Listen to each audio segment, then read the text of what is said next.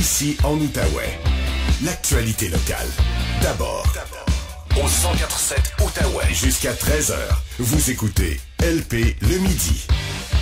OK, on est de retour à l'émission. Il est avec nous à tous les lundis midi. On va tout de suite aller retrouver maintenant Patrick Filion, microbiologiste et professeur au Cégep de l'Outaouais. Salut Patrick! Bonjour Louis-Philippe. Pas trop un dur lendemain de veille?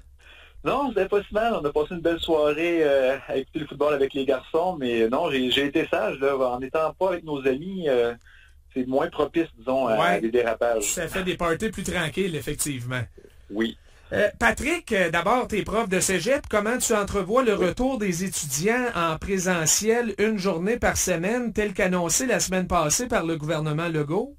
Ben moi, en étant prof de technique santé, nos élèves, on les voyait déjà. Donc, le côté, disons, laboratoire, on les voyait toutes les semaines. Donc, pour nous, ça ne changeait pas parce qu'on comprendra que pour former de bons infirmiers, bonnes infirmières, analyse biomédicale, ben ils doivent pratiquer les techniques. On ne peut pas faire ça à distance. Mais oui. Maintenant, avec ce que le ministre a annoncé la semaine dernière, donc je peux te confirmer que c'est un beau casse-tête. C'est faisable, mais c'est un casse-tête là, pour les gens de la direction puis pour mes collègues profs là, qui, eux, n'avaient que des cours à distance.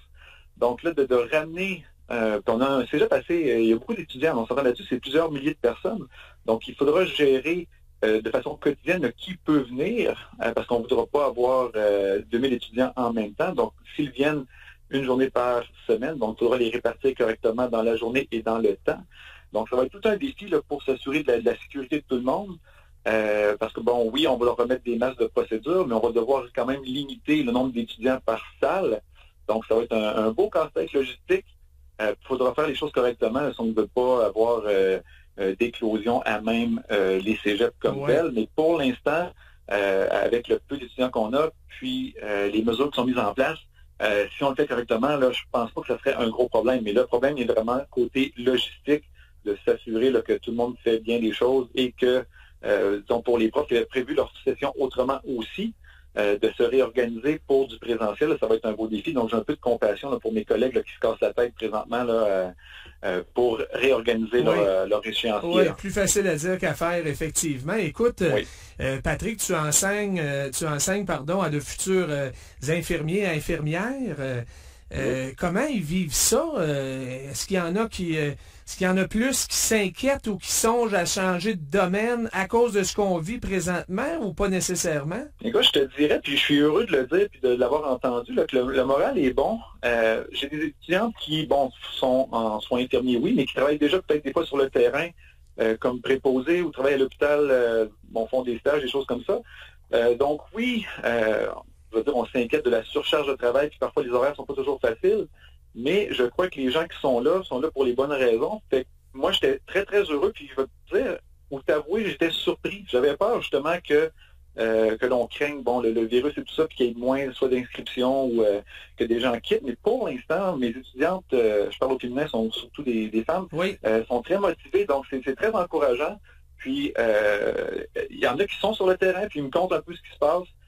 Puis on sent quand même dans la région là, bien contrôlé. Fait que je suis heureux de voir tout ça, puis je suis heureux de voir que mes étudiants là, comprennent l'importance justement de leur cours et de leur formation pour justement bien informer les gens, puis bien se protéger et bien les protéger leurs patients aussi. Là. Bon, tant mieux s'il n'y a pas plus de décrochage que d'habitude, parce qu'on va avoir besoin de ces infirmières-là. Oui. Ça, c'est sûr et certain. Bon, la situation ici maintenant en Outaouais, tu le disais, ça continue de bien aller. Seulement 3 patients à l'unité COVID, moins de 120 cas actifs aux dernières nouvelles. Par contre, la campagne de vaccination est au neutre.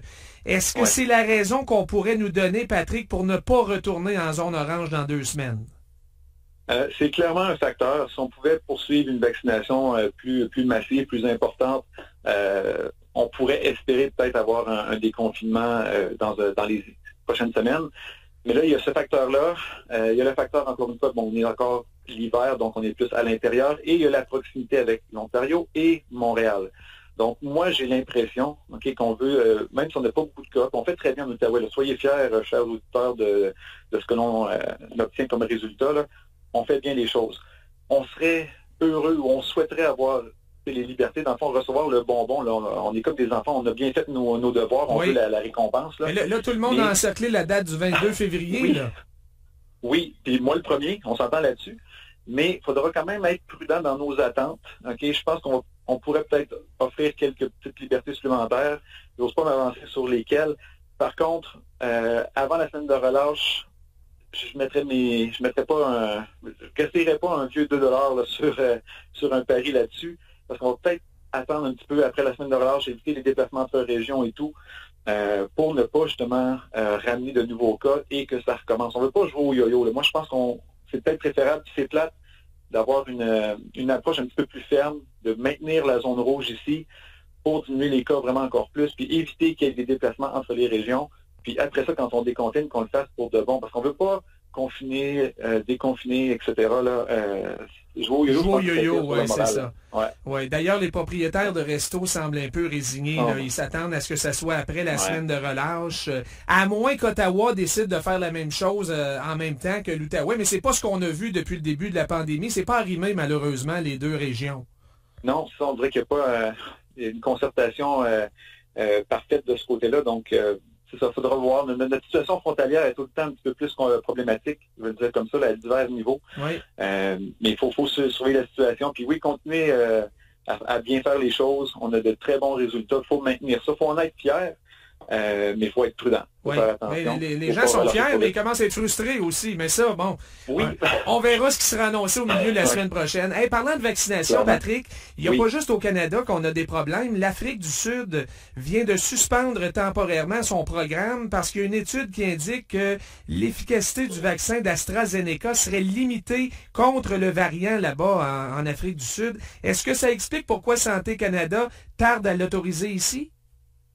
Ça peut être un des facteurs. Il manque beaucoup de données encore là, pour que Santé Canada entérine ce vaccin-là. D'autant plus là, qu'il y a certains variants qui circulent, donc on veut avoir tous les chiffres.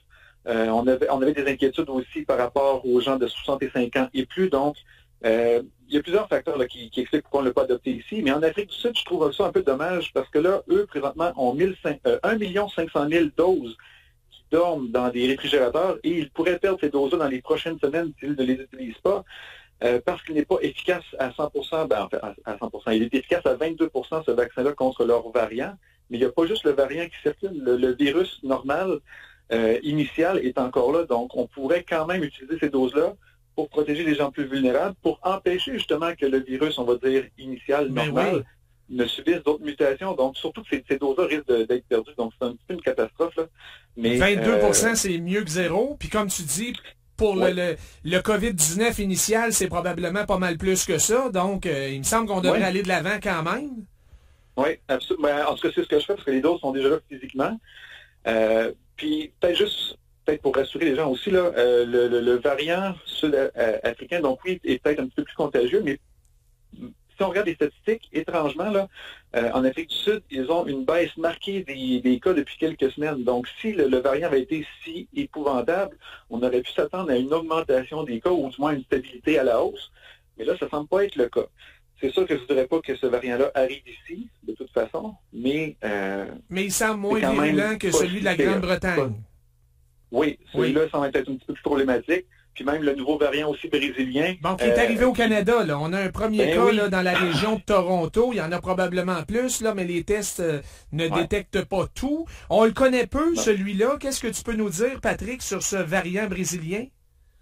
Ben, lui aussi aurait encore une fois une transmissibilité plus grande. Donc, s'il se transmet plus facilement, sans être plus virulent, ça entraîne plus de cas augmente les hospitalisations et tout.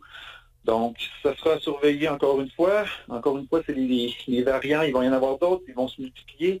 Plus il y a de gens qui sont infectés, plus il y a de chances d'avoir des variants. Et ça, c'est peut-être, je ne veux pas faire ce rappel-là encore, mais les voyages, on en a encore une preuve. C'est quelqu'un qui revenait du Brésil qui a ramené ce variant-là en souvenir. Oui, donc, tout un souvenir, on s'en passerait. Oui, on s'en passerait certains. Donc, il faut faire attention avec ça. C'est peut-être de devoir le répéter, mais c'est important. Okay, on le voit. Ces variants-là vont se déplacer avec nous. C'est pas un variant qui va se déplacer tout seul dans l'air ou avec les oiseaux, là.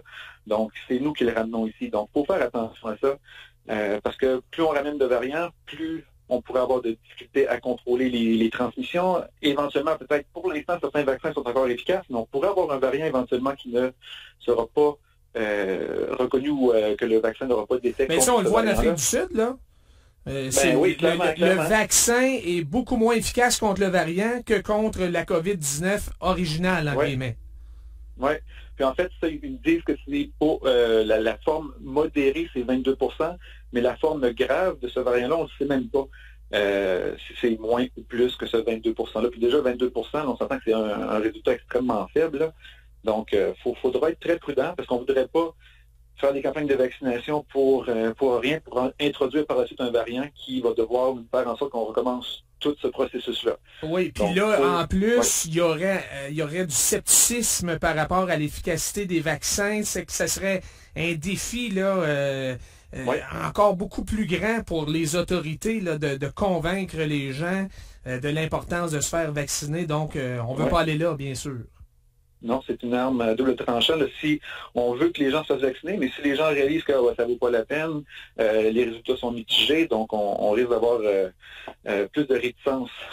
C'est pour ça qu'on est un peu plus prudent au Canada. Hein? Nous, on est impatients, là, mais la plupart des spécialistes comme toi à qui je parle disent, Santé Canada, ils font bien d'être prudents avec ça parce que tu niaises pas avec des vaccins. Là.